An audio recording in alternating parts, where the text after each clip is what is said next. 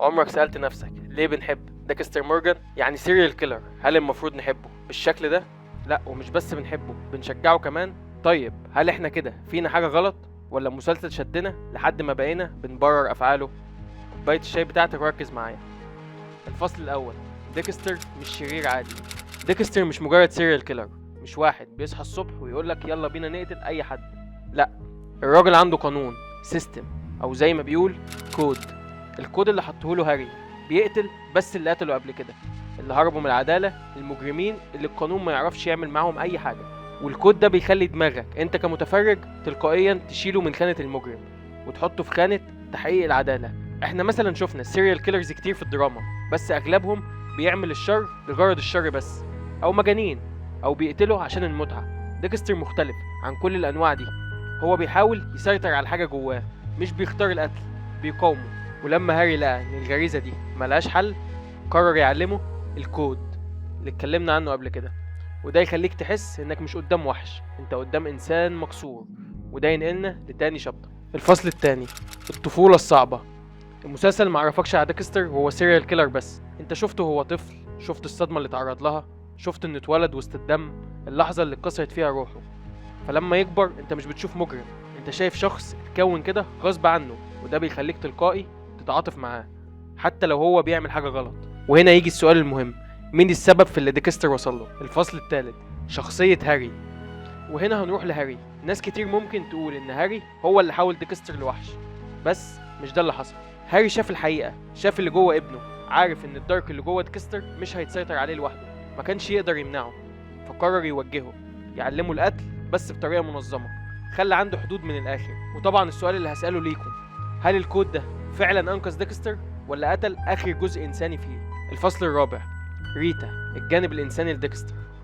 مش كل حاجة في حياة ديكستر كانت دم وكود وقتل.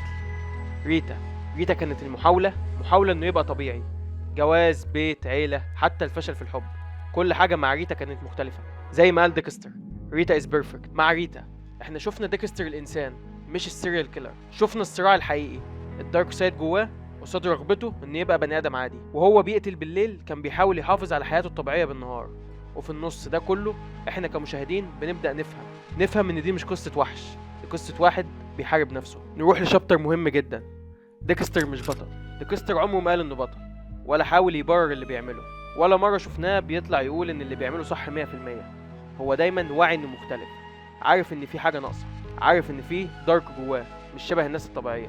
بنشوف مشاهد كتير جدا وهو بيقول انه فاضي، مش حاسس انه زي الباقيين، طول عمره لابس ماسك عشان يعرف يعيش وسط الناس ويبان طبيعي. ديكستر مش بيطلب تعاطفك، مش بيقولك سامحني، هو بس بيقول الحقيقة زي ما هي.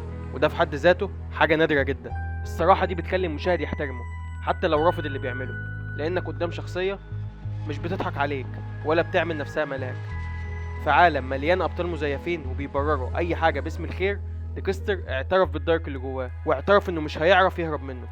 يمكن عشان كده بنصدقه، ويمكن عشان كده بنقرب منه، لأنه ما ادعاش إنه أحسن مننا، هو بس قال أنا كده. الفصل السادس، الكاريزما. خلينا نعترف بحاجة مهمة، بعيدا عن الكود، القتل، كل الحوارات دي، ديكستر عنده كاريزما هادية باردة، من غير ما يرفع صوته ولا يعمل أي استعراض. كاريزما واحد واثق في نفسه، مش محتاج يثبت أي حاجة لأي حد. طريقته في الكلام، النظرات، السخرية الباردة، الهدوء اللي يخوفك أكتر من السرير.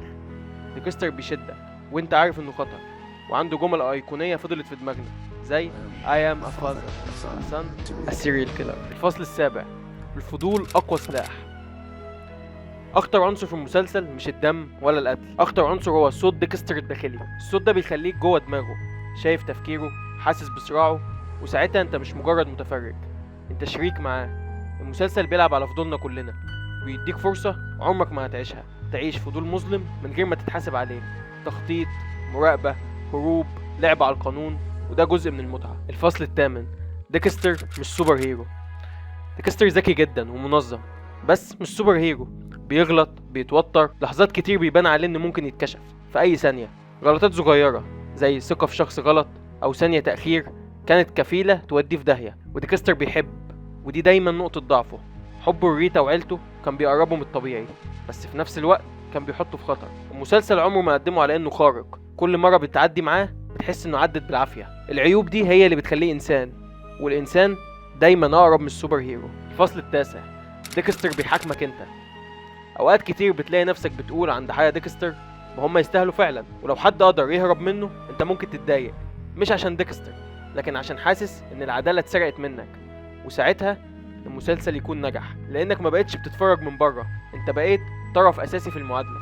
السؤال ما بقاش عن ديكستر هو صح ولا غلط، السؤال بقى عنك انت تقبل لحد فين، وامتى تقول ان اللي بيحصل ده عدى الحدود. وفي النهايه احنا بنحب ديكستر مورجان مش لانه قاتل، لكن لانه مرايه للغضب، للعداله، والمنطقه الدارك اللي كلنا بنخاف نبص ليها. وده يمكن السبب الحقيقي ان ديكستر عمره ما هيتنسى. وبيني وبينك لو جيت تفكر، تخيل شخص زي ديكستر موجود في عالمنا الحالي بعد تسريبات وفضايح إبستين. مثلا تخيل لو ديكستر كان شخصية حقيقية، هل هيكون هو الشرير في القصة؟ مستني رأيك. وكده يبقى خلصنا الحلقة. اتمنى لايك، سبسكرايب، تفعل زر الجرس عشان يوصلك كل جديد. سلام.